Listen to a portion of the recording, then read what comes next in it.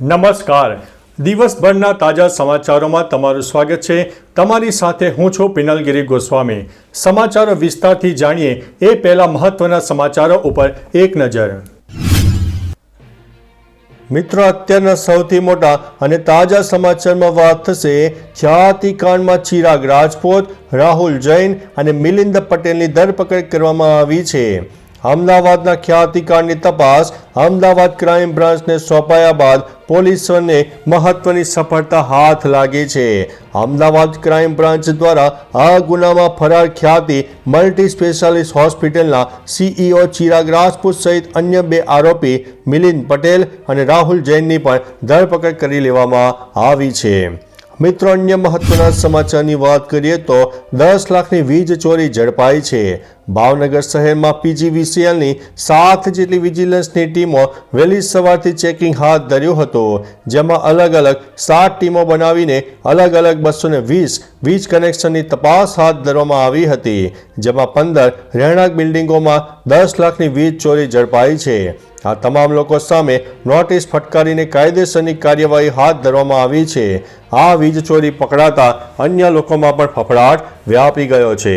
મિત્રો, અન્ય મહત્વના સમાચારની વાત કરીએ તો અમદાવાદમાંથી ઝડપાયા છે 300થી વધુ દારૂડિયાઓ. અમદાવાદમાં પોલીસે દારૂડિયાઓ સામે લાલ આંખ કરી છે. આમ તો ગુજરાતમાં અવારનવાર દારૂબંધીના નિયમના ધજાગરા ઉડતા જોવા મળે છે. ઘણીવાર દારૂ પકડાય છે તો ઘણીવાર દારૂ પીધેલી નશાની હાલતમાં પણ લોકો પકડાય છે. ત્યારે હવે અમદાવાદ પોલીસે દારૂડિયાઓ સામે કડક કાર્યવાહી કરતા 300થી વધુ દારૂડિયાઓને પકડી પાડવામાં આવ્યા છે. ડિસેમ્બર મહિનો શરૂ થયો નથી અને દારૂબંધીના ધજાગરા પણ થવા લાગ્યા છે. મિત્રો, અન્ય મહત્વના સમાચારની વાત કરીએ તો ડમ્પર ચાલકે TRB જવાનનો જીવ લીધો છે. ભરૂચના ઉમલ્લા પાસે ડમ્પર ચાલકે TRB જવાનનો જીવ લીધો હોય તેવી ઘટના પ્રકાશમાં આવી છે. સુમિત વસાવા નામના TRB જવાનના મોત મામલે સાંસદ મનસુખ વસાવાએ સોશિયલ મીડિયામાં રેત માફિયાના કારણે લોકો ભોગ બનતા હોવાની પોસ્ટ મૂકીને આક્રોશ ઠાલવ્યો હતો. જોકે ઉમલ્લા પોલીસે અકસ્માત અને મોતનો ગુનો નોંધીને ફરાર ડમ્પર ચાલકને પકડવાની તજવીજ પણ હાથ ધરી છે.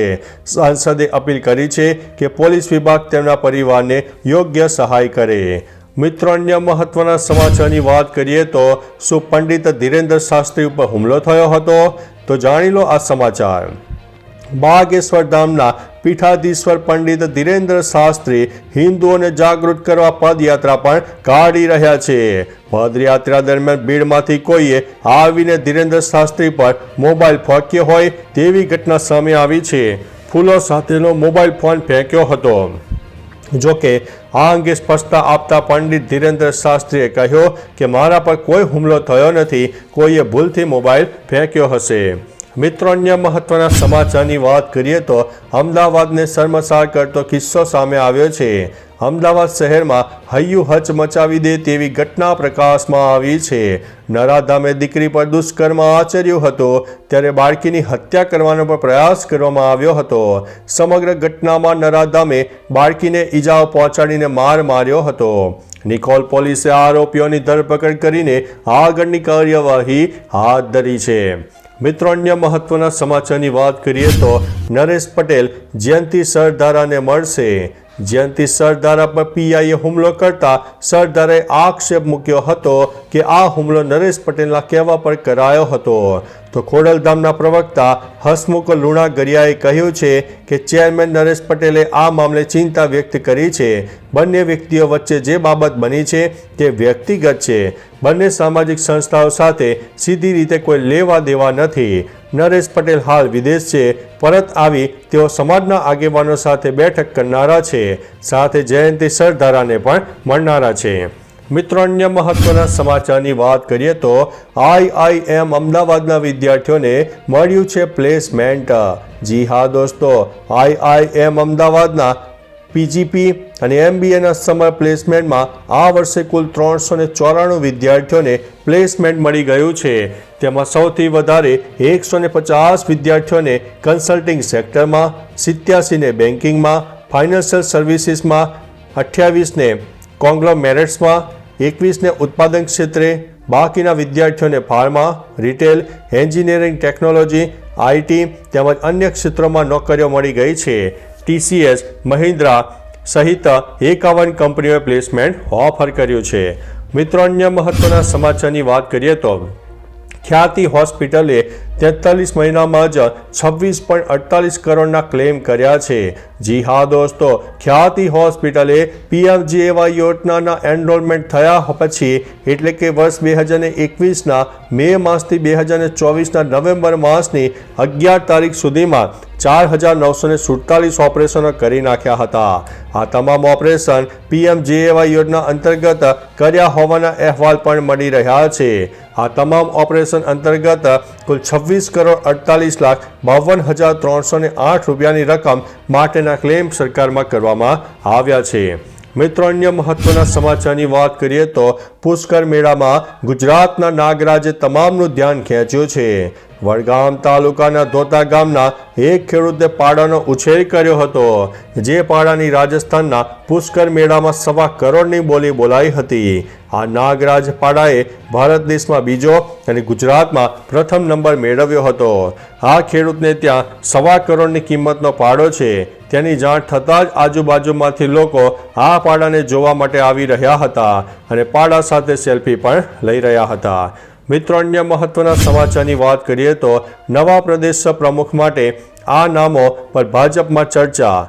ટૂંક સમયમાં ગુજરાત પ્રદેશ ભાજપને નવા અધ્યક્ષ મળશે. વાવ પેટા ચૂંટણીના પરિણામ બાદ હવે ભાજપના પ્રદેશ પ્રમુખ બદલવાના છે તે લગભગ ફાઇનલ છે. હાલ જે નામોની ચર્ચા ચાલી રહી છે તેમાં પૂર્ણેશ મોદી, દેવસિંહ ચૌધરી, જગદીશ પંચાલ અને મયંક નાયકના નામ પણ ચર્ચામાં છે. હવે નવા પ્રદેશ પ્રમુખના નામની જાહેરાત ક્યારે થશે તે તો હવે આવનારો સમય બતાવશે.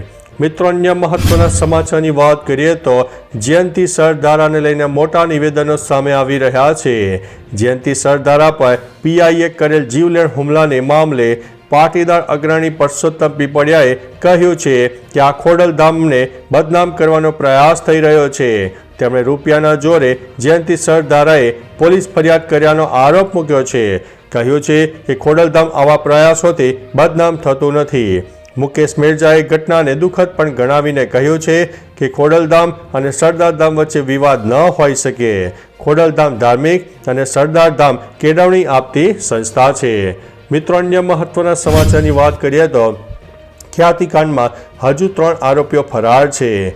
અમદાવાદ ક્રાઇમ બ્રાન્ચની ટીમે સિરાગની ખેડાથી જ્યારે રાહુલ જૈન અને મિલિંદની ધરપકડ ઉદયપુરથી કરી દીધી છે. 3 આરોપીઓને હાલ અમદાવાદ ક્રાઇમ બ્રાન્ચ લઈ જવામાં આવી રહ્યા છે અને તેઓની પૂછપરછ પણ કરવામાં આવી રહી છે. જોકે આ કેસમાં હજી પણ 3 આરોપીઓ ભૂગર્ભમાં હોય તેઓની શોધખોળ પણ યથાવત રાખવામાં આવી છે. તો ચાલો મિત્રો, ફરીથી દેશ અને દુનિયાના સુપરફાસ્ટ સમાચાર લઈને મળતા રહીશો. ત્યાં સુધી અમને રજા આપશો. નમસ્તે.